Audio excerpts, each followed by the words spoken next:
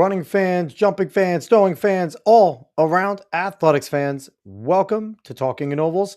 How is everybody doing out there on this Monday, February 9th, 2026, episode number 178? Dave, what's up, brother? I have a quick shout out that I would like to give to two men who helped mold me into the person that I am today, and the coach. My old high school coaches, Ed Heffernan and Mark O'Leary, are going into the Toms River Hall of Fame on April 17th. Yeah, it's buddy. well deserved. They were such iconic coaches in this area, led so many amazing teams. So I will be there along with many of my other Toms River South brethren, and we're going to be there and just have a great night and celebrate these two awesome men. So on an aside that has nothing to do with that, as I was watching our little pre-roll of the man running, all I just think of is with AI technology now, shouldn't we just get Richard Simmons? Like AI running there? Because with the headband and everything and the music, doesn't that sound like Richard Simmons type of music? Like maybe we need to just get that. I'll AI that and we'll do that. I don't know if anyone will come on the show. They'll like see that and then we'll just see them disappear. And it's like, wait, we have no guest again. They must have, but everyone, we appreciate you watching wherever you're watching from or listening, whether it's YouTube X, Facebook, Twitch, or Kick. Make sure you subscribe, follow, smash that like button. We'd appreciate all that. Leave a comment. We had a great time last week. We got to talk to Dominique Smith, host of the Lactic Acid podcast, and it was so much fun just talking to someone that does what we do and the passion and everything that he has, and just really just nerding up with somebody that is doing a similar thing to us. Like I just had a blast. Absolutely. It was great. I mean, he's so knowledgeable. He said on some awesome guests, and it was just cool to kind of do a collab with him. Yeah, it was lots of fun. Obviously Darren Peters, again, we want to give a shout out to you. Thank you for connecting that. Darren is the absolute man. Just a awesome ambassador for the sport, always looking to connect us and somehow has time to watch all of us. Like apparently he's watched all of Dominique's shows, the Lactic Acid podcast and us, but definitely go to Lactic Acid podcast and give Dominique a subscribe as well. But this week, every once in a while, you take a shot in the dark and it works out. We are so pumped. This is one of those bucket list guests that you just want to have on. Legendary athlete, legendary coach. He's probably going to be like, yo, stop with all the accolades and bring me in. Let's bring him in. He is Quincy Watts, two-time Olympic gold medalist and the director of track and cross country over at USC. Coach, what's going on? Oh, man, I'm doing great tonight. How you and Dave doing? I appreciate you guys having me on here. Got good practice in today, so just excited to join you guys. Nothing better than a good practice. It just makes the whole rest of your night go smooth. So no one belly aching, no one going, coach, this workout's too hard, or just a good session. I'm not going to say there wasn't any belly aching, but I will say 95% of the practice today was excellent. We got some great work in, and we just came off of competing in Albuquerque this past weekend, so it was relatively light, and just very excited about what the team did this past weekend. Love it. That's awesome. So we don't have any PRs this week. So one thing we like to do, Coach, and we're gonna hound you as well. We like to have anyone that has a personal record, whether it is breaking a world record or your own personal record. You got to run a 5K sub 25 for the first time. We want people to send us their personal record so we can give them shout outs. This week we have 0, so I'm really disappointed in the whole community. But for you, Coach Watts, do you have anyone that you had that did any outstanding performances? I don't want to put you too much on the spot and get grilled if you're like, you didn't mention mine on the show. I don't want any whiners. It's a great question. I'm glad you guys don't have anything right now on this particular show. So I'll throw you out one. Her name is Madison White. She opened up in her first 400 meters of the year, and she ran 50.85, which is a world lead. There we go. Yeah, the junior USC, so that's a world lead. Personal best, personal record. And then also a young man by the name of Garrett Cunlin. He ran the 200 this past weekend, and he opened up with 20.12, and which is a personal best for him. just a really, really dynamic time for this time of year or any time of the year indoors. So shouts out to both of them on my men's and women's side. Shout out to them. Absolutely. Dave, all I heard is that if Coach Watts likes this show, we have 2 more future guests from the USC track and field team. We got to make them like us. But still good so far. Good. You're smiling, and it seems like it's not like a pity smile, like get me out of here.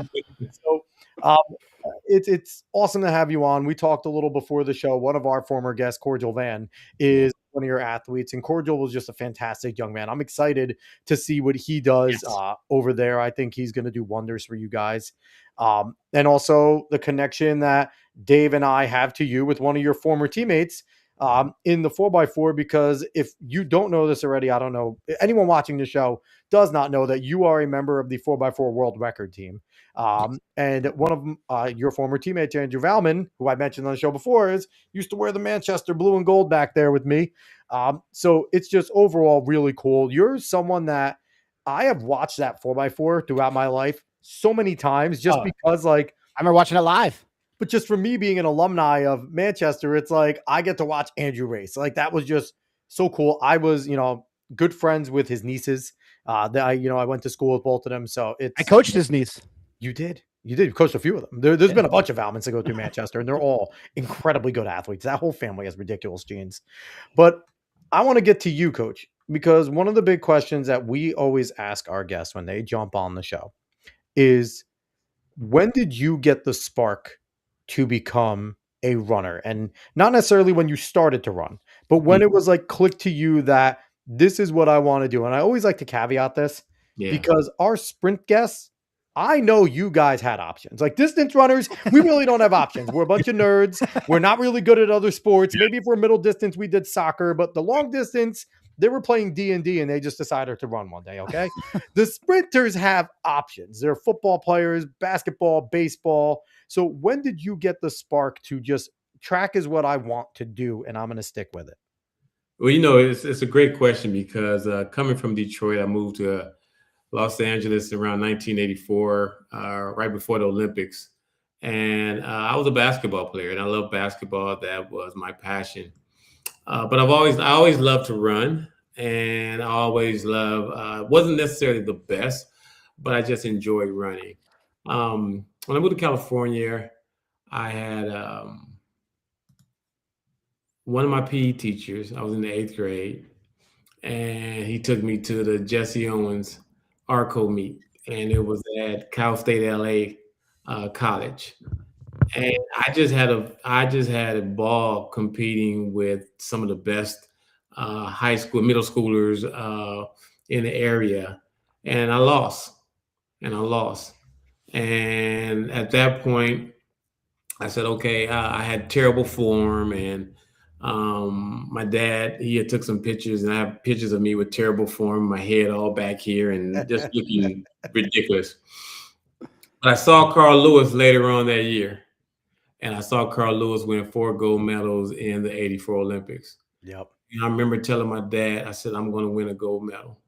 And I said it with such conviction. And that was the turning point for me. And that was a time when I really took track serious. I was just speaking it out loud, speaking it into existence, putting it into the air. But my father, he probably was, clapping up, hey, yeah, son, it's good to dream big. Not having no idea that in 1992, that realization of that dream of becoming a gold medalist would come true, and it came true with my dad being just a huge part of the journey and the reason why I was successful. Shout out, go ahead, Dave, to that PE teacher for getting you out there and doing. I mean, who knows whatever would have happened to Quincy Watts if that gym teacher didn't make you go to that meet. Well, yeah, what happened? So they had a 50-meter dash, and I broke the school record in the 50-meter dash. And then I went home. I told my dad, "Hey, Dad, I ran a 50-meter dash, and then I broke the school record." Well, the next maybe 2 weeks later, they had a 75-meter dash, and I broke the school record in a 75-meter dash. So shout out to Mr. Hanley. He then asked my father, could he take me to the Jesse Owens ARCO meeting? Obviously, everyone knew of Jesse Owens. The history of Jesse Owens. Yeah. And by being the Black History Month, also just all the things that he did, because he won the first 4 gold medals before Carl Lewis. Yep. So he did it in Germany in the face of Hitler at that time. I mean, absolutely. The pressure had to be immense, and he handled it with just great. And he was amazing. And I know the kids say aura, Like, I'm gonna go back to some of our old terms. He had swagger, like better than aura. Yeah, Jesse Owens had swagger. He walked in there what like can I he say? owned the place, Yes. and and he just did some amazing things. And yeah, anyone, you don't have to be a sprinter to know Jesse, right? Like Yeah. I he's mean, just legendary. in that particular era was he had we don't have no stress compared to the stress that Oh, Jesse goodness. Owens went through, right? So having Jesse Owens being able to compete at that particular meet, it means so much now, Yeah, right? That yeah. my PE teacher saw something in me, and he took me to this iconic person's meet, the name Jesse Owens, and then not only that, after that meet, I saw Carl Lewis win 4 gold medals. Yeah. I was a sprinter then in the 100 and 200 meters, and I just thought those two inspired me. And so it was that moment that those two individuals inspired me. But actually, the person who was the unsung hero was the person who saw me every day as a young man in his PE class. Mr. Hanley gave me that opportunity to compete in track and field. And also, shout out to your pops because, Dave, you'll say this, you're a parent, Coach Watts. Your kids, you might know they're good athletes and you might want to foster that, but it's like, it's hard to know, even like, especially as you were rising, coach, and everything. I could imagine just your dad and your parents like with a lump in their throat because even at that elite level, it gets even harder, right? Because a minor mistake is everything. And in the 400, maybe you get one mistake and you can make up for it. Like there's difference, but it's like, But not I in the can't 1 or the imagine, 2. not in the 1 or the 2, but unless you're Usain Bolt can have a bad start and then just run faster than everyone. But it's like, I can't imagine a parent like being there and like again, he wants to support you, and it's like, yeah, you're gonna get a gold medal. Woohoo, you could do whatever you want. You set your mind to it, son. And then all of a sudden, You're getting boom, there the you most. are. I couldn't imagine just I know as a coach, just when you see your athletes do something that As a they were parent, trying to do and they accomplish it. It's the greatest feeling in the world. I Yes. can imagine being a parent. And I mean, you were probably in shock along with your teammates, and then him sitting there in the stands going, probably remembering that exact moment when you turned around and looked at him and said, "Dad, I'm going to get one of those." And it's like, shout out to your dad. Yeah. That's awesome. It's my dad was he was just the kind of parent that if you decided that you wanted to be you wanted to get involved in sports, or you wanted to get involved in anything outside of sports, any kind of arts or things like that, he was in full. As long as you were in full mode, and as long as you were inspired to do it, he was inspired. And for him to see me, to see a talent, and to see that there was some God-given talent there, and to see that I was evolving and I was winning some races, he just jumped in and became just a huge catalyst, a huge leader. And what he taught me was not just being involved with sports, but how you compete in sports. How you really leave your how you really compete with integrity, and integrity meaning working hard. Yep. I remember one time in basketball, I had like 18 points, and at the end, at the end of the game, I thought my dad was going to be proud. And he said, I said, Dad, I had 18 points. What you think? And he said, don't you ever embarrass me like that again. Mhm. And I was like, whoa. I said, what do you mean? He said, you're the fastest person on the court. You had no steals. You could jump out the gym. You had no rebounds. He said, if this is the kind of effort you're going to give, why am I even coming to the game? So, he hurt my feelings. But watch this. The next game, I had 26 points. I had 5 steals, and I had 50 rebounds. There you Right. go. And when I went to see my dad afterwards, the joy and how proud he was of me being just hustling and giving a great effort. So the bottom line is, like, my dad taught me, it's about effort, it's about integrity, it's about giving your all, win, lose, or draw. And that's kind of what I bring to the table with my kids. And then I have an opportunity to be a father figure to other kids in this position as director of track and field and cross country at USC. I'm not their father, but I'm a father figure. And what I can teach is the lessons that were taught to me, which are the most important lessons of all, is how are you going to win? Sure. right? I love that. How are you trying to reach your goals, right? You're Yep. setting goals, but are you disciplined? Are you self-disciplined? Are you finger pointing on and want the coach to make it happen for you? But what is your responsibility to your own career and the things that you want to do that's special in life? So he taught me that, and it was a valuable lesson just on hard work. Like, you may not be the best player or you may not be the best runner, but you can be the best contributor, and a Yeah. coach will see that. A coach will see that, and Work hard. yeah, work hard and rebound, and rebound is a lot of dirty work, and and hustling and things like that. So a coach, that's something that you don't have to teach is hustle. Oh Hustle, no, it's hustle, natural. right? Hustling and giving 100% effort. That's not a Yep. skill set.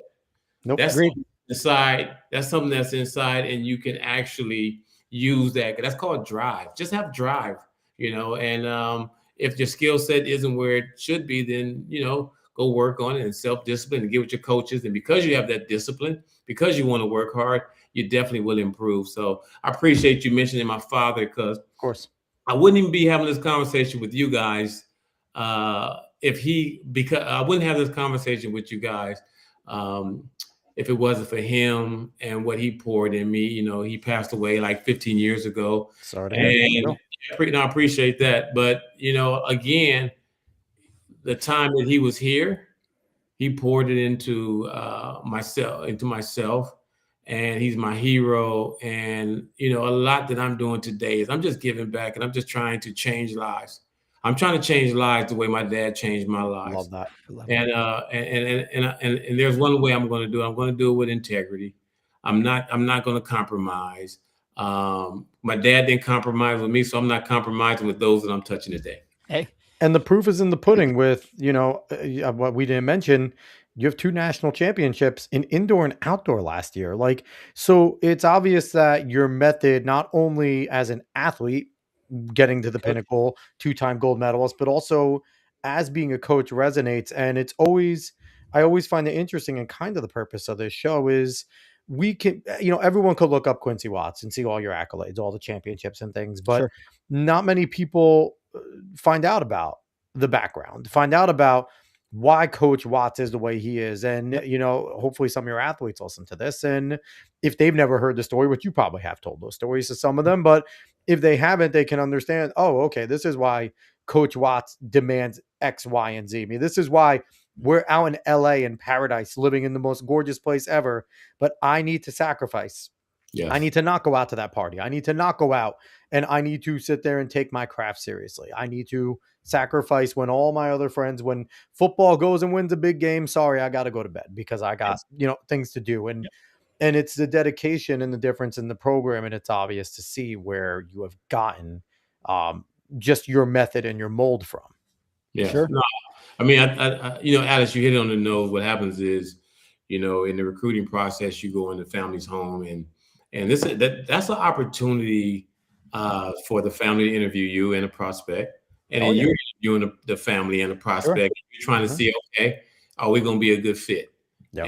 And based on that in the interviewing process, there are some green flags, which mean go, and then there's some red flags that mean, hey, we have to pay attention to the red flags. And one of the things is that you want kids, and I really love recruiting kids that appreciate track and field, and they know the history of track and field. Yes. Yep. Right. When you know the history of the sport that you're actually participating in, it tells me a lot about you as an individual. And also, I also like kids that have great work ethic. Now everybody in the interviewing process is going to say the right thing. Oh, yeah. Of course they are. Yeah, coach, I this. Well, And I can imagine you're going into athletes' homes that also have the accolades to match, like you're USC. So you're going to have these kids that are, I'm coming into you. I'm number 3 in the nation right now in my event. And it's like, okay, but is that God-given talent that with no work, or is that, you're probably not, you're probably running out of your realm, but your work ethic is there and I can make you better. Like there's those 2 different levels that you're probably trying to like delve into as that interview process goes. Now, Coach, have you ever been on a recruiting trip and like a kid doesn't know who you are? Because I couldn't imagine, like, because we've had on you, we That's had got to on be a red flag. How are you not yeah. researching the coach? You're like, what are you Well, no, doing? because you mentioned history, but we've had on you and we've had on Davis Robinson. So it's like Yeah. do you feel that because of who you are as a runner that gives you some kind of cachet as a coach? Like, hey, like we know coach has been through, he's already achieved what we're trying to achieve. Do you find that can help you on some of these trips when you're sitting inside, Absolutely. of the kid's living room? Absolutely, as a coach, and you're always trying to find what gives your program the edge. And I know you mentioned Kadivas, and Kadivas has a great track record in middle distance running and the things that he's done. He thinks he's done in the 800, and so I think those things give you an advantage in a particular event area that you're recruiting. Sure. But also I like to hang my hat on being a developer, not just my 2 gold medals, because it's very difficult for athletes who have been successful in sports to actually have the temperament Very to, hard. to be able to coach collegiate level, the high school level. And I started off at the high school level for 10 years before getting an opportunity at Cal State University, Northridge for 2 years. Then I was brought on to USC as an assistant coach. So for me, the patience from the hardest thing is the patience, from you doing it and you being in control of your own destiny and your own workouts and discipline and things like that. And it's very hard because the patience is not always there with young people, because you expect them to grasp certain things that came easy and natural to you. Sure. And what I've found is that as a coach, I have to be more patient and not put the expectation on any of the athletes that I'm recruiting, or my current athletes to be like me, right? One of the things that, there's one thing I would like them to be like me. And in that particular area is that I've always loved helping others, right? Even though I was a top dog in high school and college, I always had a compassion for my teammates.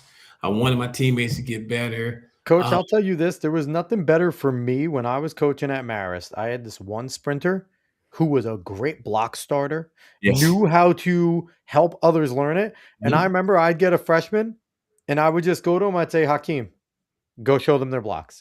Because he was better than I was. He knew it better than I did. Yes. So for him, and he was always like, yes, sir. And so that was, and I think that's kind of reaching back to what you said too, because he didn't have to. He was, a conference champion and things like that.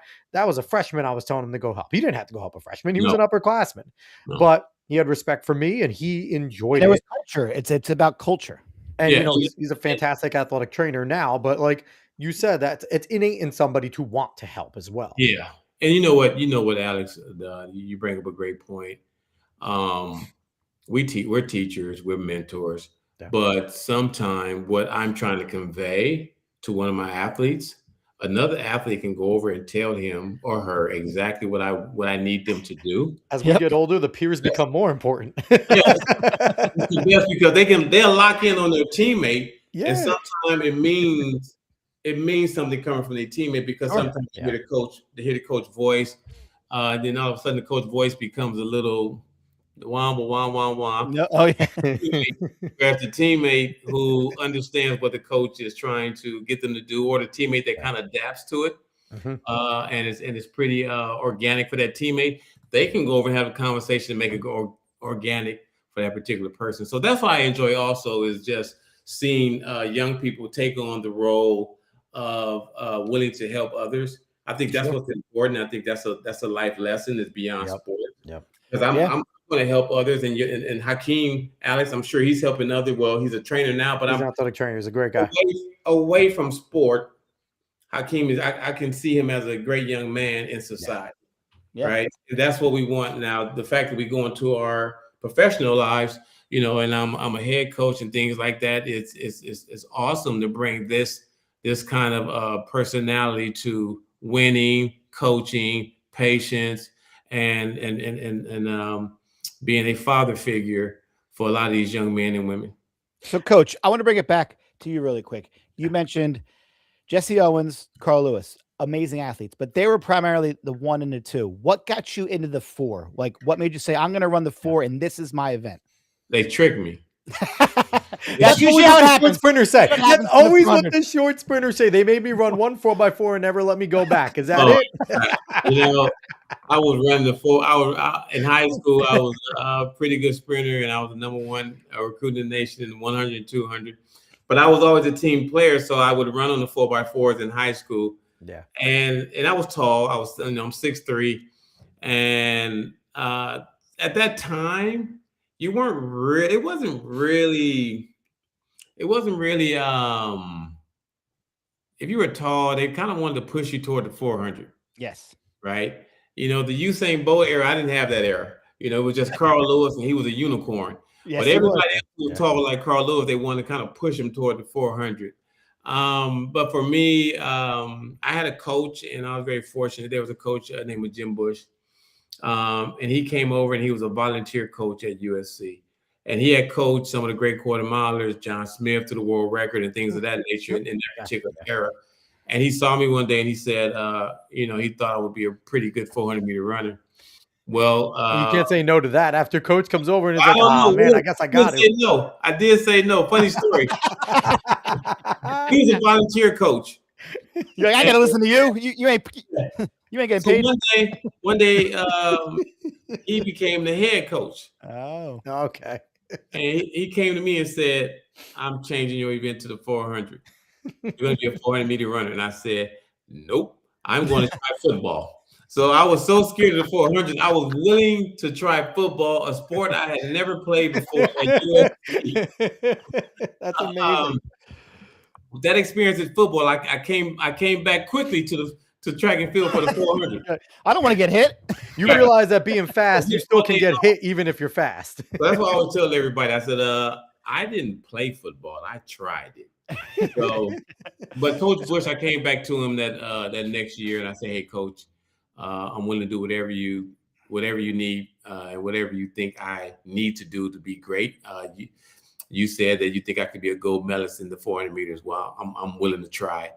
And he said that was one of the best days of his life, and I just committed to him. And Dave, when I committed to this man who was proven, sometimes coaches. Not sometimes, but a lot of times coaches see things in yourself that you don't see in yourself, right? They see things in you that you don't see in yourself, and Coach Bush, God bless him, in 1 year under his guidance, I won the NCAAs, and I won a gold medal after switching from being a sprinter my first 3 years. And in 1 year, I gained a lot of success by this particular coach. So Dave, He was a coach, and he changed the whole direction of my life. Right, but that's kudos to you, because nowadays I feel like kids might not be as willing to do that. Like I'm a 1 guy, I'm a 2 guy. Like that's just what I am. Whereas so kudos to you, and it obviously ended up being a brilliant call. You won world record and gold medals, but kudos to you for saying, you know what, maybe coach is right. I'm going to give it a shot. And for not half-assing it, for saying, I'm going to do this all in. I'm going to have trust in coach. Yeah. 100%. Awesome. And on top of that, it's funny you mentioned having to switch it up and stuff, because I can imagine that you have plenty of milers that come over to USC and you're looking and going, "I'm really happy you ran 3:59, but you're a steeplechase. You're not fast enough." And then those middle distance kids that look at you like, "But I'm a sub 4-minute guy in high school. I've seen the way you race. There's a lot of steeplechaser. You're not a miler in college. I'll tell you that much." And in 2026, there's a lot of sub 4-minute guys in high school. I see their face drop, and it's Go start jumping over. Go to distance coach. Go find some barriers. That's how it only works out.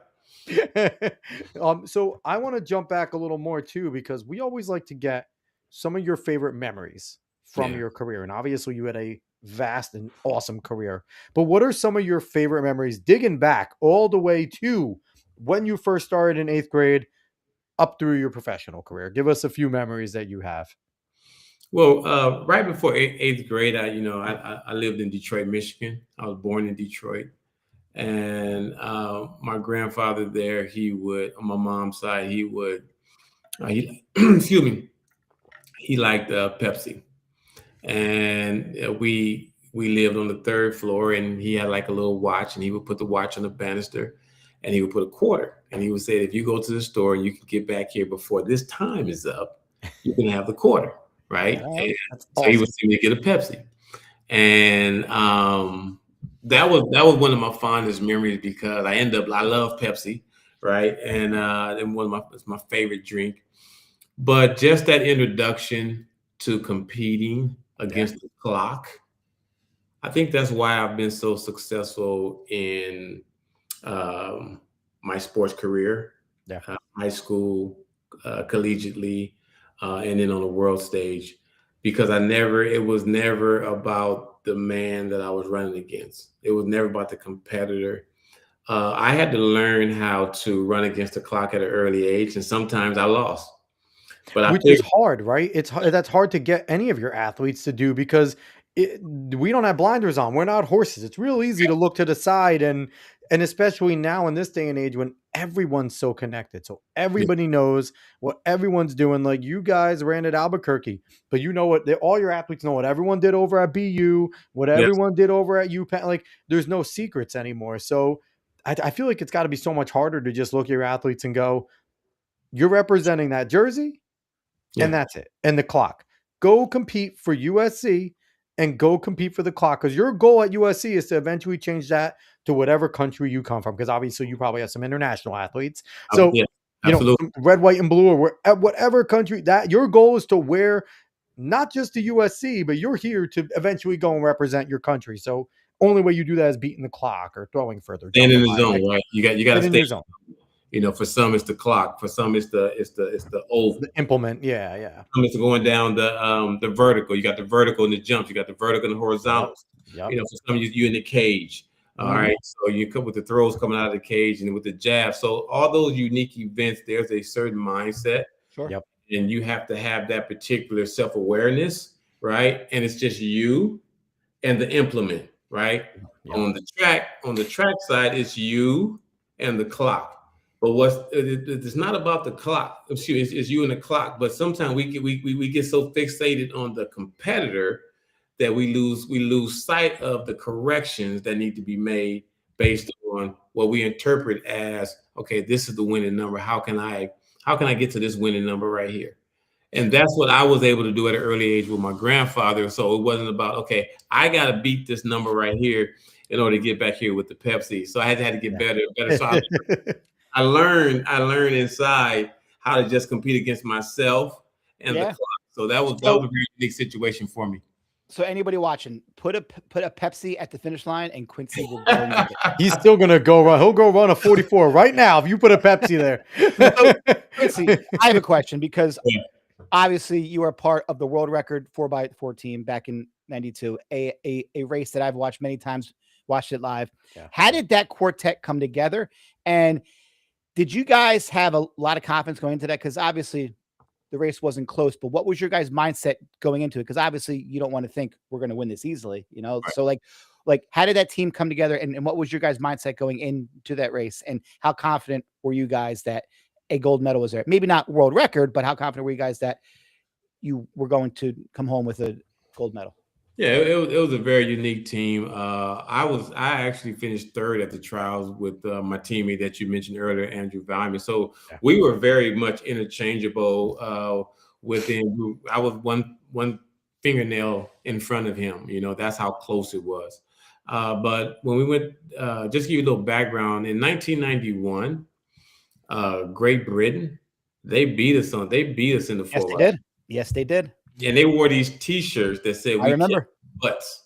I So we remember. were like, oh, okay. Oh, say a word. You got So that kind of fired us up, and as we were trying to figure out what our order was going to be, Michael was returning as the number one 400-meter runner in the world. He was also very hot in the 200. Andrew Valman he had finished fourth on the relay, so we're right there together. Yep. And then obviously we had Steve Lewis, who had been the previous Olympic champion in the 400 in 1988. So we had a really good team. and the world record holder. Yeah, and we had a really good team, and we felt like we could definitely win the race, and we also felt that the world record was well within our reach. So with Steve, with Andrew Valman starting off and giving the baton to me, and then I gave the baton off to Michael Johnson in third, and Michael gave to Steve Lewis. And we broke the record that particular year, but we were very confident, and we just wanted to make sure that Great Britain knew that they got lucky the year before. So no, we had fun. And then the next year in the World Championship, we broke the record again. It was it was Andrew Valman to me, to Butch Reynolds, who was the world record holder, and then Michael Johnson anchored it. So we had some pretty good success there, and just a fantastic dynamic squad. So you were also coming off of a high of also being the individual 400-meter champion as well at the 1992 Olympics. What was that like? You already Was it easier to lock in to now going in and going after that 4x4, knowing you came in? Because obviously you want to win that 4x4 gold, but you came for business, right? I'm representing Team USA. The individual comes first in track and field. That's just how we are, and obviously you were there. Steve Lewis gets the silver, who was the previous champion, so world record holder. So what was that like going in there? And I mean, you won 43.5. Like, you were blazing around that track for the win there. So it's not like you were messing around. So what was it like coming off of that? And talk about that race too, because obviously that's another fantastic race, and you're walking home with 2 gold medals from the Olympics. Right. I think the toughest thing for collegiate athletes when you have the Olympic trials in that particular year is the collegiate season takes a lot out of you.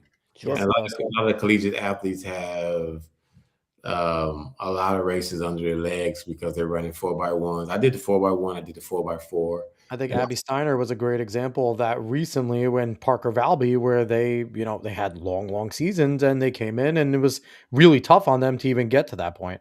Very, very tough. I think for me and that particular, what I knew I was capable of making a team.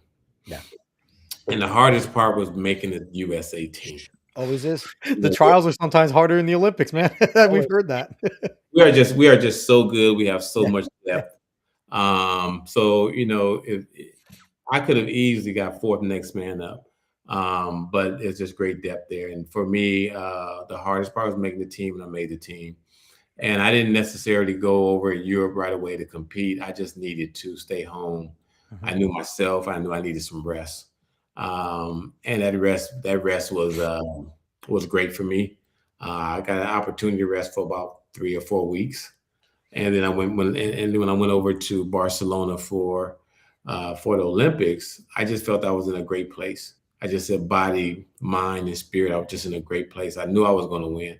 Why I knew I was going to win? Because I had self-affirmations, right? And absolutely. These self-affirmations to today as a head coach at USC. I know if you don't believe in yourself, nobody else is. So agreed. You tell yourself that you're worthy. You got to tell yourself that all the hard work was worth it.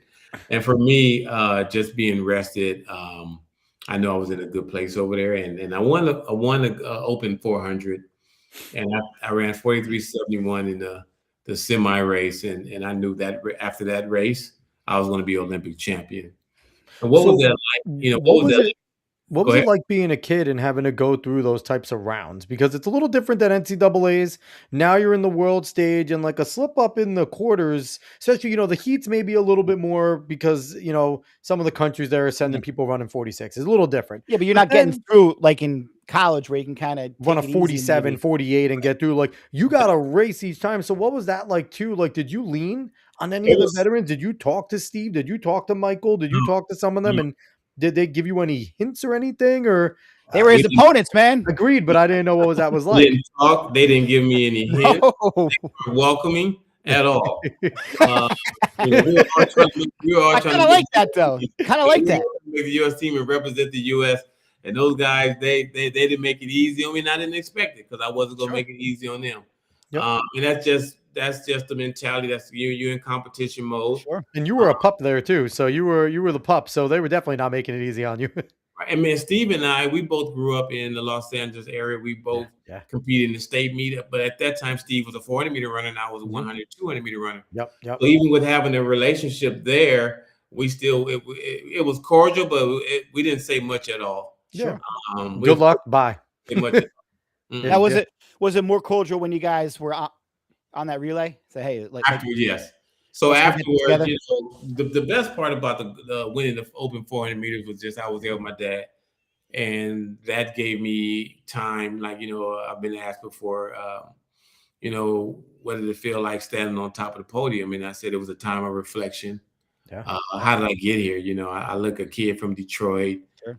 Coming to Los Angeles, and man, I would cry. I would cry first time seeing that flag raised up for me. I would cry. Like, it's for me. Absolutely. Like, that is insane. I think the biggest thing is knowing that you were the reason why the U.S. flag was being raised. Yeah. Was it nice to have your brother in there with you, though, in second place as well, to be able to share that with him, knowing he got to go through it 4 years earlier and experience the same thing? Yeah, I mean, it's just a time to reflect. You represent your country. Yeah. How did you get there? I think of all the different people that were impactful. My PE teacher, Mr. Hanley, you know, Mr. Hanson, my PE teacher, then my father, and all the different people, my teachers, just everybody who had a role. My professors at USC, so cool. You know, just a lot of different people who had their hands in this success, and it was just a time of reflection. So I really enjoyed that. And my father, that the reflection of my dad and myself and what he instilled in me and people, that was awesome. But to go to the fast forward to the 4x4 and be part of the relay, it was fun. Yeah, that's just fun. like we're gonna go out here, we're gonna kick their butts because they wore the t-shirts, we kicked their butts. So you know, we're gonna go out here and we're gonna have some fun. And we're all from different training. I'm from USC. And everybody has their own little training clubs and teams and things like that. But I think what we did best is we worked together for, you know, all the parts make up the whole, and we worked really well for the good of the USA team. Did you guys do any stick work at all? Just like a little bit of like striding in to like at least get each other's like, or was it just kind of like, man, if you're tired, I'll grab it and we'll go? Yeah, maybe one day. Maybe one day, because the 400, you don't need to be too crazy. No. You don't need to be too strategic. You just have to make sure that you give a good target. Yeah. You know, and that bodes well in both relays. But the 4x4, you can actually just play it safe. Yeah. And that's what we kind of do. And Andrew may tell you something a little bit different. He said I drug him through the zone. So we need someone to start working with our 4x1 teams, because it's getting crazy. I mean, there needs to be a camp. You know, I give them credit. It's difficult because you're trying to get all these guys together and these different alternates, and they're all in different places in the U.S. training. So it's difficult. I wouldn't want to be a coach of a 4x1. There's got to be a different type of pressure on that. Different type of pressure on that 4x1 with America, because you know, if the stick gets around the track, you're more than likely going to win. We do, again, it's us in Jamaica typically are going to battle, and that if that stick and that pressure to just get the stick around for the men and women's side, like that's most of it. So you have pressure. You have pressure from the athletes who are probably the most recognized in the U.S. But at the same time, you know, as a coach, you have to put the team out that will be able to get the stick around, and that's very. It's sometimes we can complicate, and it doesn't have to be that complicated. Okay, either this guy right here can give, or he can receive. If he can't receive, he don't need to be on the relay team. Agreed. Yeah. Right? And so you have to put the best, and because we have a lot of depth, we have an opportunity to put the best out there where we can be very competitive and we can actually win gold medals and be at the top of the podium, world championship year in, Olympic championship year in and year out.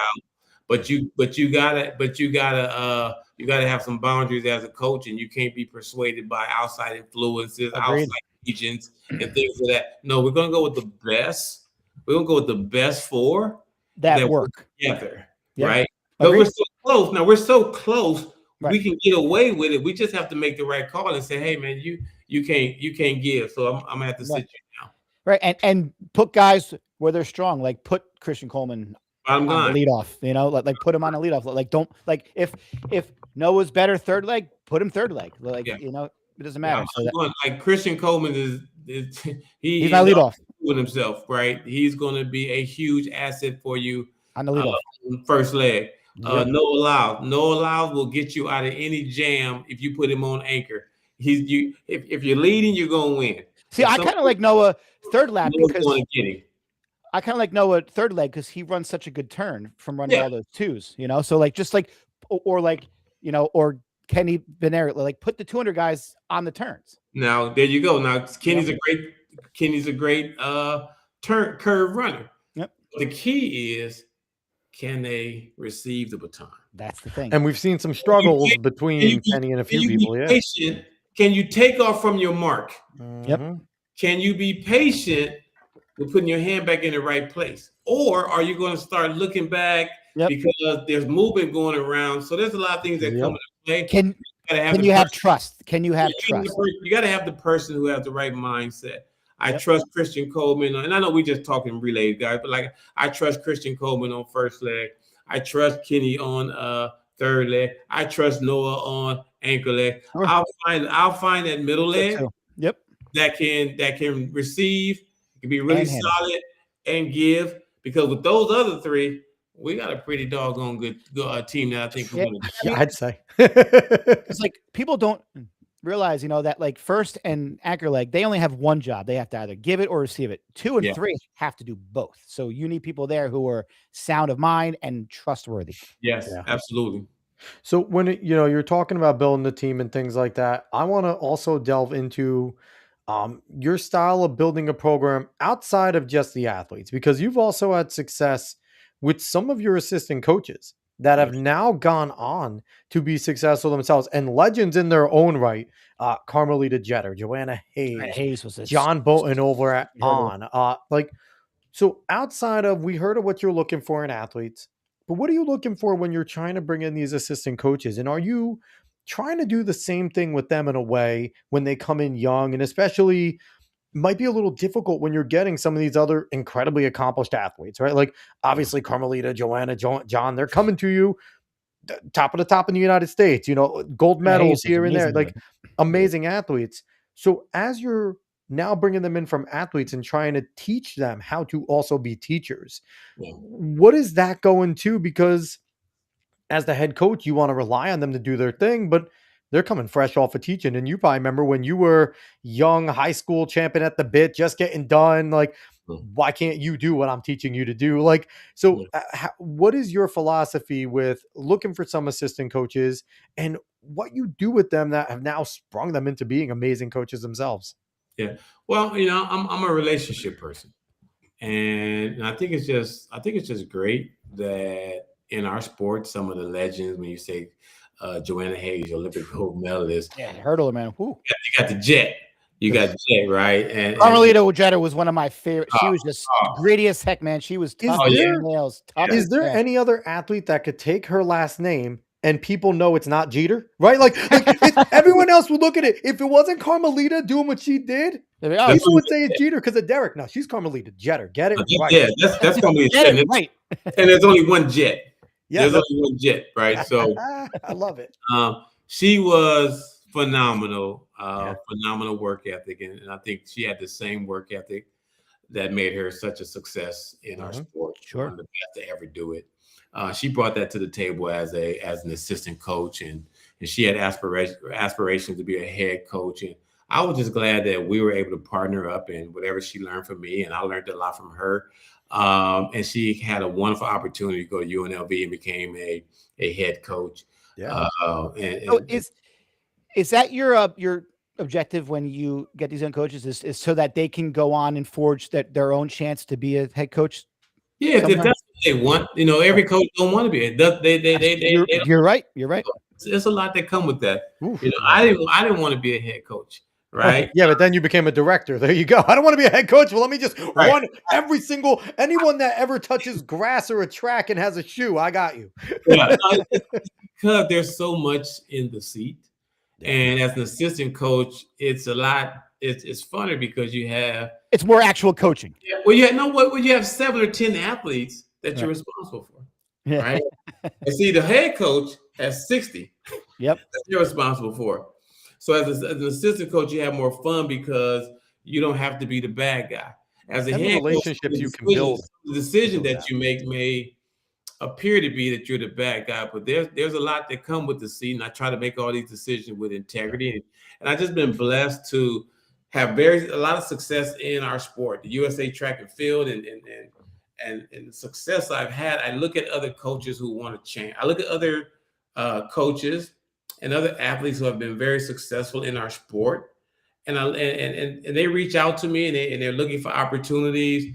And if I can help them the way someone helped me get into sport, I want to do that. I want to create my own legacy, and in doing that, it means you got to reach out and you got to give back. We have some, and I think it's just awesome that the legends in our sports will love the coach and they love giving back and they're doing extremely well. Jet was one of them. Coach Hayes, I spent more time with Coach Hayes as an assistant coach together, and then as I became the head coach, I brought her on as well to be one of my assistant coaches, and she's doing extremely well over at UCLA. So I have two women head coaches. And then John Bolton, he was a guy that was coaching not too far from USC at Mount Sac. And I reached back to give him an opportunity on the community college level. Nobody would give him a chance. And, I met with him and gave him an opportunity. I was going a different direction, and I saw a vision of how I would like my men's and women's program to look. And I had a great opportunity to give Coach Carl, dynamic coach out of Coastal Carolina, just a tremendous developer. Several NCAA champions last year. A 4x1 was NCAA champion. So I try to give back to I try to give back to our sport.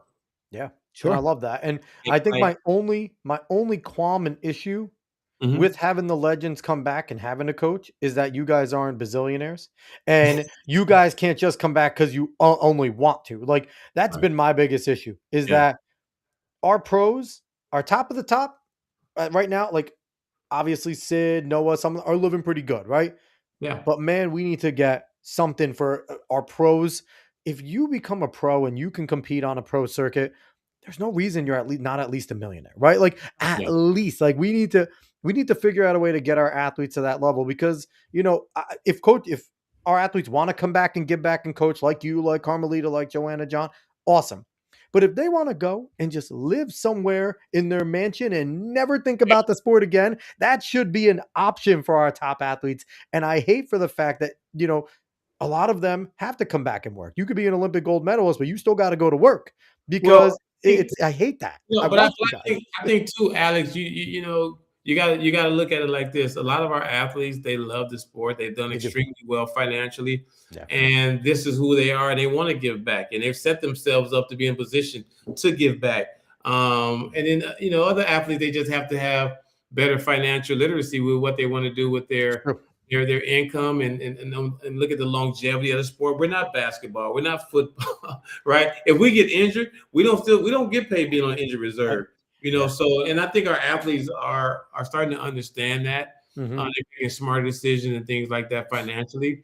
But I think also the ones who set themselves up and just love coaching, because you got to remember, track and field, most people get involved with track and field not because of the money. Oh, absolutely not. Absolutely not. Like, remember, we don't grow up. I didn't grow up. I grew up and I saw Carl Lewis and I said, wow, that's pretty cool when the gold medal. I didn't grow up with a track and field draft. I didn't grow up looking like, oh, this is a draft. Baseball has a draft. Football has a draft. Basketball. Right? Basketball has a draft, right? They also have leagues. We got the Diamond League, but it's an invite only thing. But I'm saying, growing up, yeah. See those things because you're looking at the kids who are looking at the guys on the draft. You can earn a salary there, things of that nature, right? Nobody's turned on by track and field. Agreed. You're in the 8th grade, 9th grade, 10th grade, 11th grade, saying I'm gonna have a great career and I'm gonna make a lot of money in track and field. That's not how it happens. Nope. What happens is there is a great opportunity to earn a great living, and a lot of our athletes, the ones that you see on TV, They're just doing a phenomenal job carrying the sport. Yeah. And at the same time, they are able to self-sustain for themselves and financially more are set than none.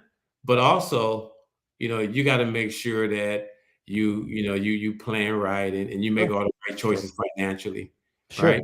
That's very Right. true. So, Yeah. Coach, I want to talk to you a little bit about culture. Yes. How important is culture to bring? And what's the you mentioned something that I'm dying to hear about, Pancake Sunday. Yeah. What- So how important is culture, and what exactly is Pancake Sunday, and how do you try to make all of your kids buy in to your And program? when are you sending us some pancakes? I'm only gonna send you pictures of pancakes. You don't want. No, but I think in the rebranding the USC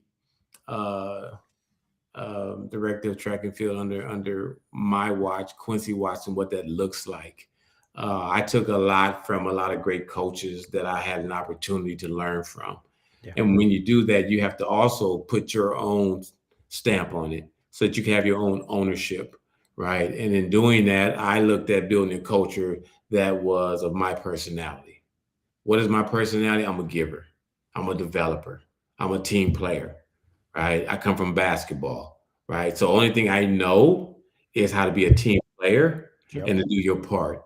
Coming in as a assistant coach, I only had one job, and that was to make my head coach look great. My head coach, Coach Carol Smith Gilbert, I had one job, make her look great. I didn't have me wanting her job and all those different things, non-existent. You had an opportunity to make your head coach look great. And to build a good culture, you want to bring in assistant coaches that are going to have that mindset. And I tell them all in the interview, okay, your job is to make the head coach look great. Sure. And along the way, I want to find out what's important to you so I can help you evolve if you want to be a head coach one day or whatever you want to do. Yeah, they But- got to buy in too.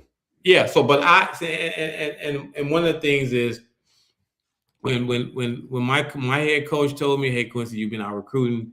Don't worry about coming to the Hill at 5 a.m. I'll be there. But guess what? When she got to the Hill at 5 a.m., I was at the top. She told me to take off. I was at the top. And that's what I'm looking for. I didn't want her job. So you got to have some humility too. I think a lot of, I've been very fortunate. Yeah. I've been very fortunate, not 100%, but I would say about 98% of the coaches that I brought on board, they have some humility. And the thing that will kill culture is when an assistant coach, all of a sudden they think that they're the head coach. Now you're going to kill the culture. So it's very important, Alex and Dave, bringing coaches who want to develop kids, who want to whatever the head coach's vision is. We want to let that trickle down to the assistant coaches and trickle down to the student athletes. Everybody has to know their own role, and because Yeah. every role is important. And if somebody outsteps their role, then it ruins the whole dynamic of everything. You know, I had a coach, and she told me one time, we were just having a coach's conversation. She said, you know, Quincy, anytime an assistant coach wants to start doing things their way, well, it's time for them to move on and go get their own program. There's nothing wrong with that, but it's just time for them to move on and get their own program if they're not willing to do it your way. So I've been I'm very particular in bringing in and building culture according to who I am as a man, who I am as an individual, a human being, right? And what I stand for. You know, I stand for helping people. You know, am I perfect? No. Am I very successful? Yes. Am I very successful on multiple levels? Yes. How did I become very successful on multiple levels? I want to be great on multiple levels. And the number one thing, and the number one area where I want to be great was being a great human being. I want to be a great human being. That's amazing. Yeah, I want to be a great human being first, right? And being a great human being is caring and passionate and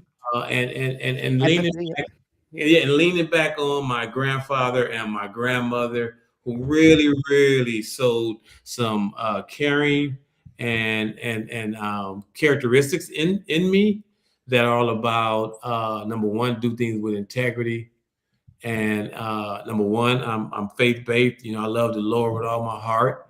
Yes, sir. And that's from my grandmother. So, everybody's not going to agree with you. Sure. But I tell you what, they will say, and I hope at the end of the day they say, hey, you know what, Coach Watts, he gives people an opportunity. Yep. Now he not only gives anyone and everyone an opportunity if they're worthy of it. And the thing is, I think people, whether it's the athletes or the coaches, they could tell if as a coach you're full of it or not, right? Yes. If you're passionate for their success, then they're going to be more willing to buy in. Obviously, there's outliers, right? But if you're passionate for their success and knowing that, and I think the best coaches get this. If I'm passionate for my athletes to do well, if I'm passionate for my assistant coaches to do well in their areas, then it's going to make me look good because they're all going to succeed Yeah. and we can succeed together, right? But Yes. and that's I think that the best coaches 100% get that. Yes. And I think the athletes see it, and especially as you're getting collegiate athletes, I feel like sometimes that's more difficult than the high school athlete because you're getting some individuals that have experienced success. Oh, And then you got to go to them at that Sure. level and say, it almost don't matter what you just did. You got to buy in here now. Yes. Like I think it's harder at a program like USC because you're only getting kids who have had great success. So, like every kid there is a state champ. So how do you get all of those kids to buy in when they're all at that level in high school? How do you get them all to say, I'm going they to could say buy hello, in coach. It's just a this coach? podcast. They could say hello. It's just a podcast. Coming in and so my wife. I think that the buy-in, you just have to be authentic with them. Yeah, 100%. And I'm very authentic. And I'm hard, but also they'll tell you Coach Watts is fair. Yeah. Right. Awesome. Yeah. And accountability is so important in where in this particular area and where we in are. life. Right. like don't be accountable for what you say you're gonna do. Mm-hmm. And if you mess up, admit you mess up. Yeah, I'm gonna hold you accountable for messing up. Yeah. Right. But also I'm gonna take you aside and figure out, okay, how can we make this? How can we not come down this road again? Sure. Right? Yep. My grandfather told me experience is the best teacher. But if you can't handle accountability, you probably should get out of coaching.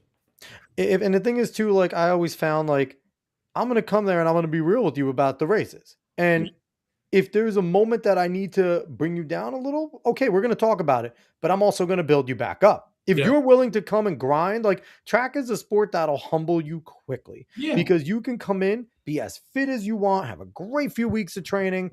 I'm ready to go, and all of a sudden you lay an egg.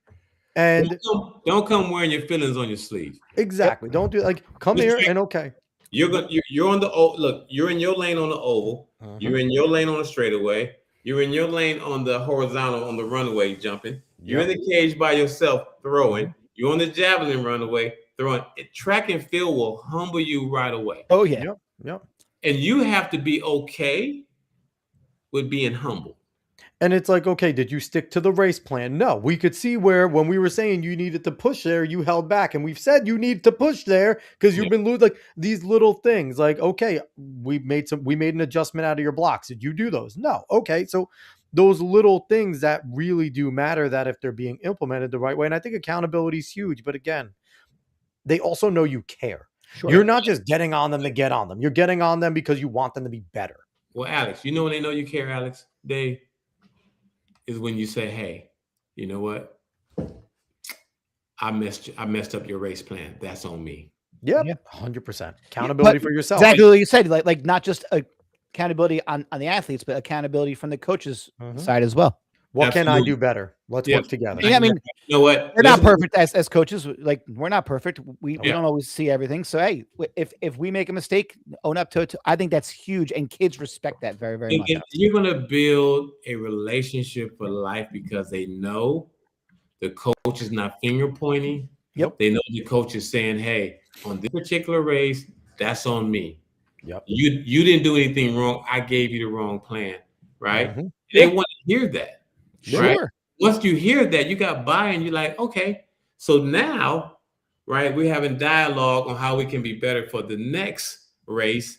in this particular situation, and now the kid can give me some feedback, and now we're having a great conversation about corrections. I think that's 100%. important, and I think even as I've coached, over the years, I've gotten a lot more into where the kids have a say. I used to be like, "You're going to do it my way or not." But now I'm like, "You know what? Like, it is there. So individual. You know what it is, because it's the kids' journey too. Yeah. It's not just our journey for them. They should have a say in Yeah. how they feel what they're doing. Yeah. Well, Dave, I learned how to be a coach my third year from having one of my athletes. Her name is Kendall Ellis, allowing her to have some say. Yeah. And I remember this like it was yesterday. We went in my office and we just started having a conversation about my expectation. And I also said, hey, what are some of the workouts you did in high school that you like? Yeah. Let's partner up with this. And Yeah. when she gave me some of her ideas and I gave her my ideas, and the expectation was, okay, on these days, this is going to be Coach Watts days. On this days, I'm going to give you this Kendall Ellis day. So when she saw that on the weekly sheet, yep, sure, she had ownership right away because she knew the coach heard her, right? And she's more willing to buy in because she knows coach is on my side and coach is working. There you go, Dave. That whole conversation 100% in my office was about buying in. Yep. How can I get her to have ownership of what we're trying to partner together do? And she went on to be the American record holder, NCAA champion. Especially in college, because they're not kids anymore. Like I'm at high school, so some of them, like, these kids know what works for them. They've tried it. I'm sure in high school that they had all different ways of training, so they kind of know what works for them. So if you can incorporate some, I mean, that's just great coaching on your part. Like, thank you. Like, if you know what works, let's try to incorporate some of that into what. Now, we're not changing what we do here. This is USC. Yes. This is our program. Right. But if we can make you feel more comfortable in some of the things, why not do it? And it makes you a better coach too, because the ability, I think, to be a great coach too is sometimes being adaptable, sometimes letting go a little bit, because if it's not working and an athlete is not getting better, even though they're having good workouts, okay, what are we doing wrong? And like you said, sometimes having that dialogue is massive. And again, kudos to you with being able to look at yourself and going, okay, she had some good ideas. Yeah. And maybe you can incorporate some of those workouts for other athletes too. Like, it just made you, and it's the best coaches are the reflective coaches, right? And we've heard that a million times on here, Dave.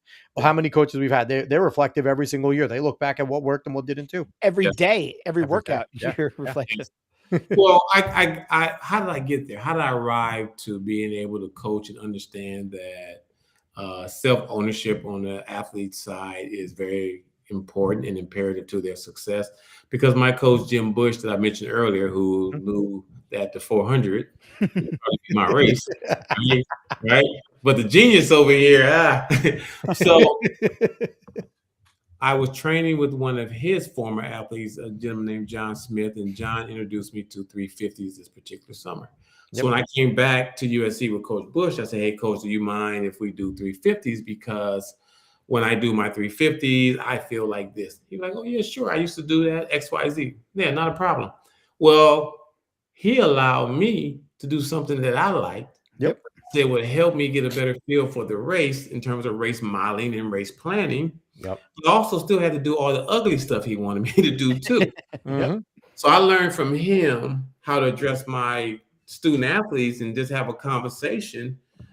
Sometimes it hits and then sometimes you're off a little bit. And from that experience from my coach and understanding Kendall, she allowed me to be a better coach with other student athletes for the future because of my conversation with her and things of that nature. It's very important that, if an athlete knows that you hear them, then the buy-in, like what you're saying, Dave, and the ownership, Dave, is going to be there, Alex. And that comes to, I think, important too, because you talk to Kendall, and then as the other athletes talk, you talk as teammates and things like that. Oh, coach is so hard, coach is this. And then you have Kendall going in saying, go talk to Coach Watts. I had a great conversation and we worked it out. And that also frees up the rest of the team going, okay, maybe actually let me go pick Coach Watts' brain. And then sometimes it comes in where once you explain your vision to the kids, they're like, I want to try it your way. I don't want to change nothing. I get what we're trying to do now. Like before, I couldn't see the vision with you. Now we're sharing it. Okay, Yes. I'm buying in. I'll take my lifts a little more serious. I'll be there at 5 a.m. to do lift. I won't be late. I'll make sure I do a shakeout jog after. And that was one of the things I went to war with my short sprinters at Marist is after the lift. All right, my middle distance crew, they were fine. Go shake out 3 miles. My sprinters, just go move your legs a little faster than a walk for 10 minutes for me. Shake out this leg day. Right. And at first they were like, no. And then after they started getting PRs, it was like, all right, cool. We'll go and actually jog for 10. Can we do 15 today, coach? Yes, you can. Yes. Never go over 20, your sprinters. Yes. Please do not ever run more than 20 minutes. You are sprinters. But but in that also it's contagious, right? When the athletes know, when the leaders on the team can then go and tell that struggling freshman, have you talked to Coach Watts yet? No. I don't know if I want to go talk to Coach Watts. He's not the boogeyman. Go talk to him. Like it's contagious. Go talk to him in his office. Yes. Yeah. Right? Not in front of everyone. Yeah. I let him know. Like anytime we can dialogue at practice or what, good conversation in practice. But if there's anything that you want to talk to me about, my office is always open. And I let them know I'm not your friend. Like, I'm never going to see me at your dorm. You're never going to see me at your apartment. I'm not showing up. I'm not your friend. I'm your coach. Yep. But I am a father figure. And if there's anything that you need to talk about, track, outside track, this door right here is wide open. And I love it when they come in my office because they get a different side of me. Sure. And they have an opportunity to get some things off their chest and get to know me a little bit better as well. And then you have some of those athletes that just come to kick it all the time, and you're just like, "Go! I need to talk to another athlete. You got to leave. Like you're always here. Go away." but it's true. You always get some of them that just come kicking with coach. It's like, all right, someone else has to have a real conversation. Go away. But it's important that you said like, I'm not your friend, but you're a human being. You're a compassionate human being. So like, you don't have to be there a friend to sympathize and to empathize with, because it might not be about track. A kid might come in, hey, coach, I got a lot of stuff going on back at home with my family. So, it's always good when they see coach as a human, as a person who cares. Yes, we are there to get them faster, but we're also humans and we have families and we understand that things go on. So like, it's good to have that relationship with the coach. I had last year, we won 2 national championships, but it was one of the toughest years as a head coach. I had several athletes who lost loved ones. And in the communication, what I like to do is I like to send them home. Hey, you can go home on USC time, go home, and we'll work with the family. What do you need from us? And I think having those conversations, I know having those conversations, they're like, oh, wow. Coach is like, hey, I'll get you on a flight tomorrow. Coach is human. Coach cares. Coach isn't worried about that conference meet. Coach is worried about me as a human. Yes. There's going to be more conference meets. There's going to be more races. She had a family member that passed away, auntie. We never know who's important in these young people's lives. No, it don't matter. Right? You have the mom and your dad, but a lot of times the aunties and different people are very important. Yep. And this young lady, her auntie, Deja DeFran, her auntie passed away. She was huge in her life, and Deja didn't want to. Deja said, "No, thanks for coach. Thanks coach for wanting to send me back." And the mom called, very thankful. And Deja stayed and trained. And it was right before NCAA championships. Yeah. And guess what Deja went out there and did? Won. Went out and won the NCAA championship. But I think also knowing and letting her make that choice on her own. Her make the choice, and understanding that we're okay with her choice. Mm-hmm. She felt supported. She felt like yes, like my family here at USC is taking care of me and my family back at home. Because that's how it is. Like, and the family back home, they appreciated the USC family. Yep. Doing what they said they were going to do in the recruiting process. Absolutely. 100%. You kept your word. You were a man of your word. So real quick, I want to get to Coach Robert Picton here. Gave us a comment. Over the top on this one, fellas. Welcome to the Jersey Shore, Coach. Love doing what we do. And, I competed in the Jersey Shore. Coach Hyatt coaches there. And It's one of our conferences. You got to recruit more out of the Jersey Shore, Coach. We got some of the best in Jersey. We'll talk them I'll over be to there, get Dave. over. You don't have to tell me twice. So I want to hear about this Pancake Sunday. What's Yes. Pancake Sunday? Let's hear You know, about it. Pancake Sunday is just a way, I give so much to everyone else's kid and all the great things that we're talking about, how to connect with these young people. And Pancake Sunday gives me an opportunity to connect with my own family and reset for the upcoming weekend. And my daughter and my son, I have 2 daughters and I have a son. And my oldest daughter is in college and at American University in DC. Great school. My Oh, other that stinks though, all the way across the country. That ain't easy. she's independent. She has her own deal. But my other daughter here, she's 12, and my son, he's 9. And just on Sundays, I like to make pancakes for them when I come back from a trip, and Awesome. I like to play gospel music and sing, and it's a good way for us to reconnect and have conversation and be a part of their lives, the little things, because you have to create memories. 100%. You know what? It's one thing to create memories for other parents, kids, and things like that as they're trying to be the best that they can be on the NCAA level, and they're maturing and all the different things that they're going through. I want to make sure, and I want to make sure coaches and everybody understand. Don't forget about yours. 100%. Right? You got to make memories with yours, and those memories last a lifetime. Yeah. My kids knowing on Sunday, Dad gonna make pancakes, no matter what happens. It's something for memories for them of our time together and special moments together, because Dad is pulled out of town. Dad does travel a lot, but that shouldn't be an excuse why I'm not resetting with Pancake Sunday and creating great memories that I just want to promote and make sure that everybody who's impacting others' lives, like your radio show and this podcast, appreciate that. You're impacting so many people out there, but at the same time, you guys got to make sure, how are you resetting? How are you resetting? Make it so that every week you guys can come on and put on a great show. So Pancake Pancake Sunday is about resetting. I love it. Resetting with family. I might implement that because like I'm a high school coach, and I know just how much time that takes. Yes. Away from me. I couldn't imagine doing it at the college level. And I do have to take time and say, you know what, I'm going to put my phone down and I'm going to be present for my kids. But I might start doing the whole Pancake Sunday thing with my family. That is a great idea. Pancake Sunday smart. You get pancakes out of it. I like that.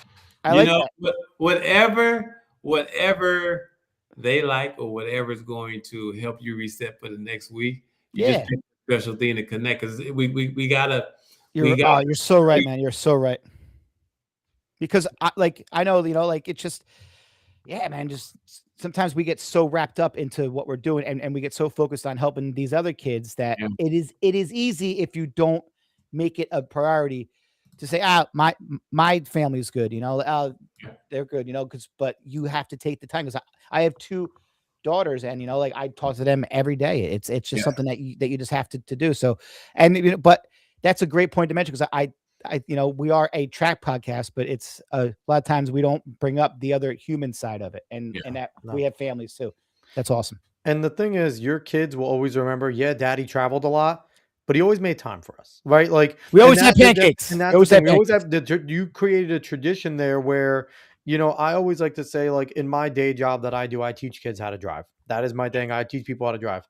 And obviously I'm talking to a lot of young people, and they know I got kids and stuff like that. And a lot of young people are worried, and you probably experience this with your conversations, both of you, sometimes with the human level. Kids are worried about having kids and raising a family, and if they're going to be a good parent. And I just tell them, you got to try.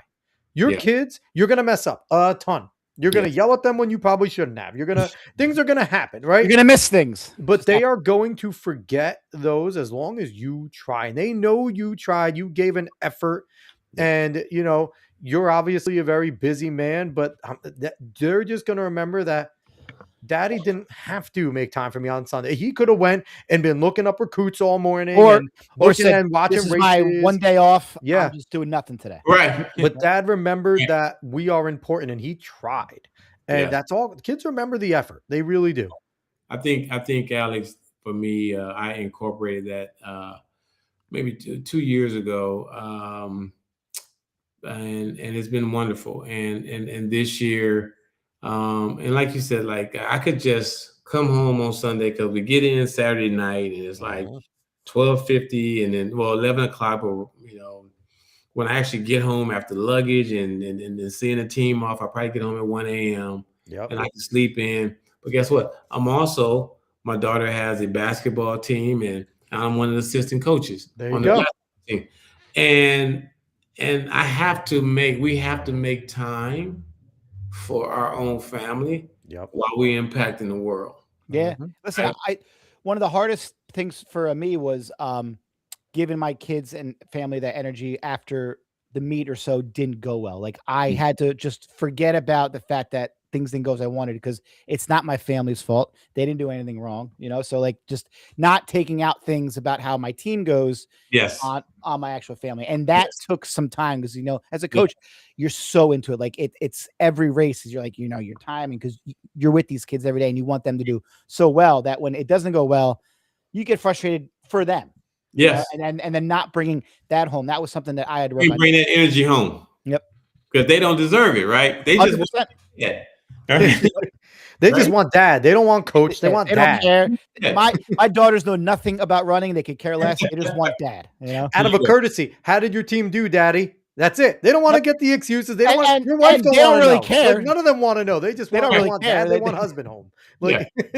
Like so I want to ask you about the sport itself right now. I want to switch some gears about track and field because you've been doing it for a little bit and you've been successful at every single turn. What has been some of the main differences that you have found from when you were doing it up until now? Because the sport has evolved, it changes, it's always evolving and Yeah. changing. So obviously some things are the same, the work, the effort, everything. But what has been some of the major differences that you have seen in the sport? Just mainly the NIL space. Hmm. It's It's just a tremendous. it's out of control. It's out of control. It's a tremendous opportunity for these young athletes. And at the same time, there's when I was in college, we didn't have any NIL Nope. opportunity or anything like this. There was no rev share opportunity or anything like that. But I think it's great for the sport that they have an opportunity. But also at the same time, I've seen it where it's hurting our sport. Oh yeah. Oh yeah.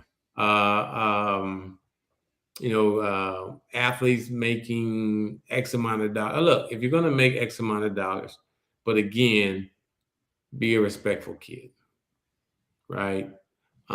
Take advantage of the opportunity, understand the opportunity, educate yourself about the opportunity, and take it with some maturity. And it's really tough, and we have to admit it's really tough for um, Sure.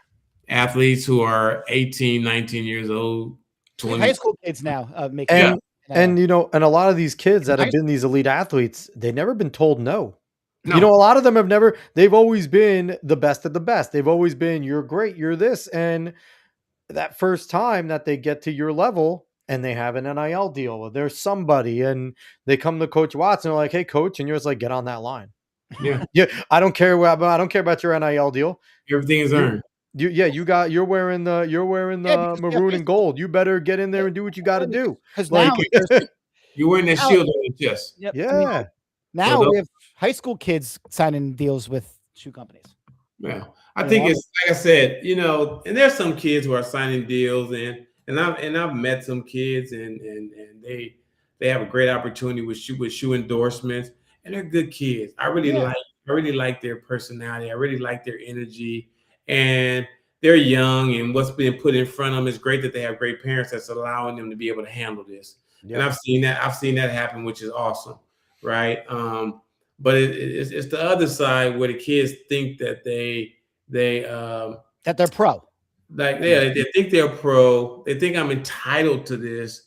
Yep. And a lot of times, I think where NIL is hurting us is kids think they're entitled to money and they're receiving NIL money and payment, and they're not really worth it. Agreed. And on top of that, I think the combination of the NIL plus the transfer portal just being so free, I feel Yeah. like you need to have one or the other. I feel like you can't have Both. all of this, right? Because especially as a director like you, yeah, you want to get the best of the best coming in, but there always was an understanding of there's a depth chart to things, right? You're a Right. freshman, you might have been a national champion, but you're coming to a program with collegiate national champions, right? Yeah. So you may not, there might be some races where I'm sorry, you might not travel because you're not good enough yet.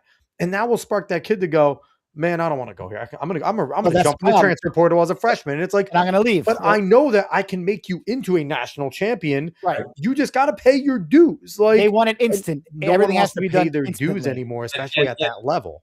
and I think paying, them paying their dues comes with maturing, Sure. comes with some headaches, comes with a little failure. And what happens in the failure piece and little constructive criticism, no one can take constructive criticism now. Oh, No, it's that's awful. perfect. Constructive criticism on how to be great. They all know everything. Yep. You go in the portal, Yep. right? Right. And the portal is, like I said, it's I don't want you to say too much. Don't get yourself in trouble, coach. no. On the topic of the portal, I think everybody deserves to be happy. Yeah. I think they're. I You know think what it is they're too, but the- like I just feel like there's so many kids, kind of like Alex said, who just they're trying to escape situations. But Yeah.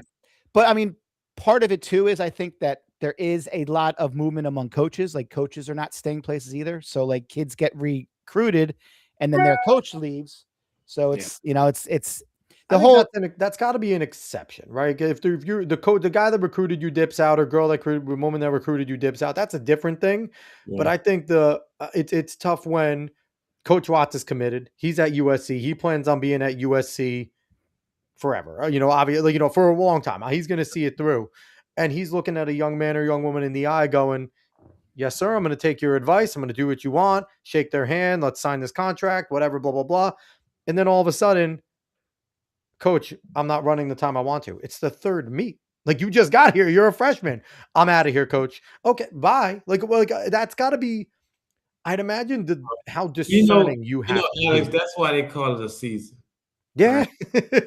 Right. Yep. That's why they call it a season, because not one race. there's going to be growth pains. There's going to be great opportunities. There are going to be injuries. A lot of things happen in the season. That's why they call it a season. But Yes. to your Yeah. point, people, they look at after the second meet, they look to see what's going on over here and why am I not there? And it's like, hey, hold on.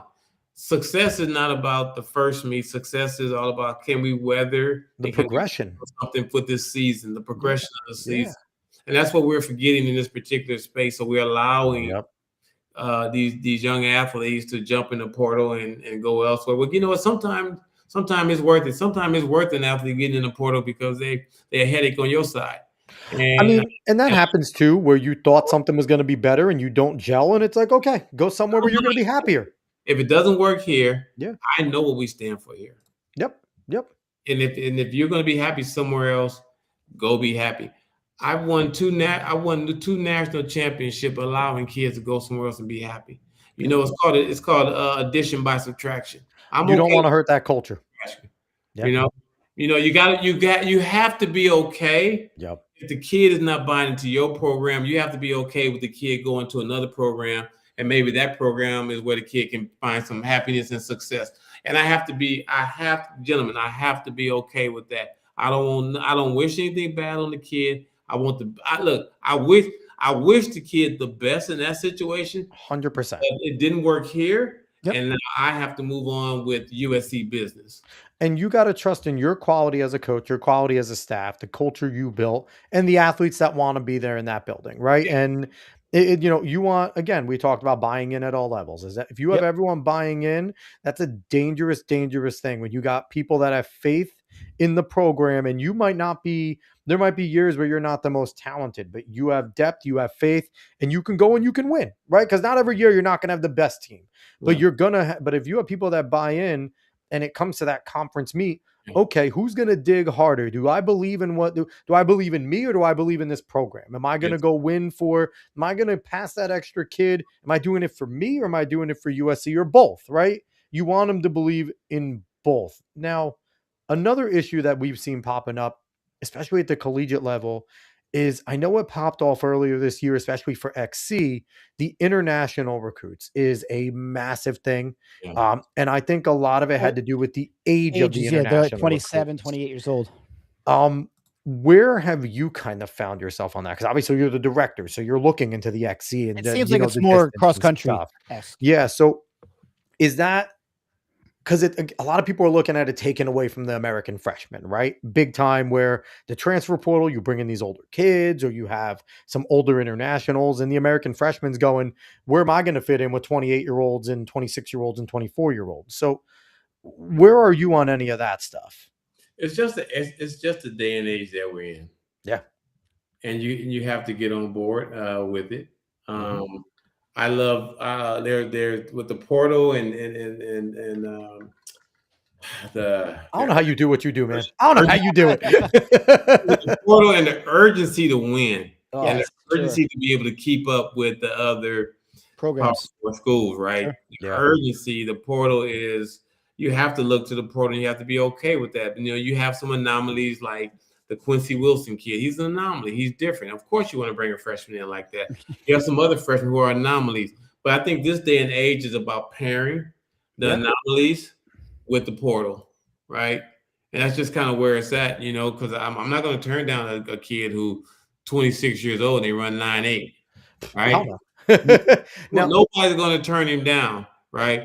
So you just have to understand where it is right now, and understand how you're creating success with your program, how you're building a winning program, how you're building a winning culture, and does that fit into your winning culture, now, right? are you thinking that NCAA is ever going to put a real age cap on it? Because I know there's a lot of coaches talking about it, Oh, and I know this is Do I check think our I check I our think messages. what check our messages. Check And our chat. what do we got right here? Oh, Darren Peters going. The USTF CCCA coaches convention voted to cap age at 25 this December. I didn't see that. Yeah. So that's going to have an impact. Now I'm curious because we always bring up BYU as a big outlier, right? They Well, go on because they their have missions, but is there? I don't know if there should be an exception, right? Like if 25 is the number, you chose to go to a religious school that has that. You know, it's a tough thing. I'm curious if there's going to be an exception for something like that. Which, again, you're then going with that give them an unfair advantage when you have a grown man coming back from a mission at 26. Even though I don't know, it's tough to travel. But thank you, Darren. I appreciate Darren's a man. I don't know if you know Darren at all, but Coach Darren's a man. You know, before Darren chimed in, I was saying that I wish that they would put a cap on it. I'm for that, and then everybody has to work within that cap. I think 25 is fair. Yeah, 25 is fair. But so, Coach, I appreciate you jumping on here, man. This was enlightening, and I think that Hyatt. One of the things that we're seeing is the great coaches lead with compassion. Yes. We had on Coach McCafferty over at CBA, Christian Brothers Academy, amazing over in New Jersey, and he just constantly told us about, he leads with love. He leads with, his athletes know that he loves them. And it seems that you are very much the same way. You are that father figure. You love the athletes that want to be there and you want their success. Tough love, but it's necessary. So, Coach, thank you so much for coming on, man. This has been so much fun. I appreciate you guys. I had a lot of fun with you guys, and as you guys know, it's not easy, but I always tell myself, we talked about affirmations, and I always say, I'm built for it. So I always I'm built. You see all these gray hairs? I got a lot of gray hairs. Man, you might not be able to see it. Look, the hair's all gray. I got no hair. I got no hair. So I did until I started coaching. So hey, I might have started that. He was my coach back. Oh, there you go. He was my coach back in the day. So I'm probably the reason that started it. Alex, you're doing pretty good. You got to get yeah. You ain't lost one hair, Alex. He has a nice mane going on there. Yeah, look at him. He's not doing no coaching over there. He ain't doing anything. Honestly, I haven't coached, but I got 2 kids. He doesn't coach. But I got 2 kids that are 7 and 5. Okay, they're 7 and 5. Yours are older, Dave. I got 7 and 5, so I'm doing enough. All right now, but enough. I want to jump to this. Everybody go and follow Coach Watts over here. I always like to do the example as you go and boom, click that follow button. And then if it's going to go ahead, scroll. Thank you. And then also go over to USC track and field and click follow. Go follow them both. Go track one of the best programs in the country last year, the best program in the country, looking to bring it back. Coach, this has been a ton of fun. I could see why you get athletes that want to come over to USC, that want to go, not just because you bring them to paradise and they get to hang out in the fun and sun, but also because you're a serious program Oh, I got one more and question. you are fantastic. Thank So thank you I got so one much, more Coach. thing. Go ahead. How excited is it that the Olympics are coming there? In, Well, Quincy, yeah, Italy? we didn't talk about that real quick. Like, Go ahead. I mean, they're going to be run on your home track, right? Right. Yeah.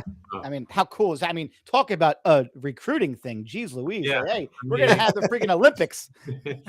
LA 28 in our backyard. Yeah, it's that's no better recruiting tool. no. It's excitement. I'm happy to be a part of it in this particular capacity at USC, and there's going and we had a lot of officials on our track today looking at different opportunities so that they can put on and utilize USC and become a partnership with USC for the games. I mean, so I'm excited from a recruiting standpoint. I'm excited for the university. Think about I'm excited for my family. I can literally be a part of LA 28 like it was LA. Like it was 84. 84. Yep. But I mean, think about like be a bigger picture of it and enjoy. You can tell all of your recruits like you get to run on the Olympic track. Like, how cool! Like this is the same track that they're running the Olympics on. We're gonna that's where we're gonna work out every single day. That's where we're gonna practice. Like that is awesome. So when they announce your name, everybody's gonna know you're the home school young lady or young man from USC. So you're gonna get an extra. I am calling on the U.S. Olympic. I want the U.S. Olympic Committee to do a ceremony for all living, Olympic medalists for the Summer Games. They should. I'm calling on them to do it because it's home. Because we're hosting it, they should host an event for all Summer Olympic athletes that have win a medal living to come and do a ceremony and celebrate you guys. It's in our backyard. I know we're celebrating 250 years of America. Like, what better way? This year is 250, but in 2 years we'll be, it's still a big deal. Yeah. We should bring all of our medalists from the Summer Games into there and celebrate you guys because I think that would be just an awesome tribute. It's in our backyard. We should do that. No, that's a great idea, Alex. I love it. We got to relay that. If the USA Olympic Committee is watching, let's get on it. Let's go. You got 2 years to get it together. But all right. So once again, he's Quincy Watts. Go track everything that he's doing over at USC and the leadership that he's doing, and gonna have another incredible indoor and outdoor season on both the men's and women's side. So once again, thank you so much. Thank you everyone for watching. Make sure you smash that like button. You subscribe wherever you watched from, and you follow us on the socials at the Alex Cuesta Show. So we will be back talking in ovals. Oh, talking in ovals. What I'm talking about myself, talking in ovals. Listen to me, Coach Watts. I'm plugging myself here. Anyway, thank you so much, everyone. We will be back next week. So long, y'all. Appreciate you guys.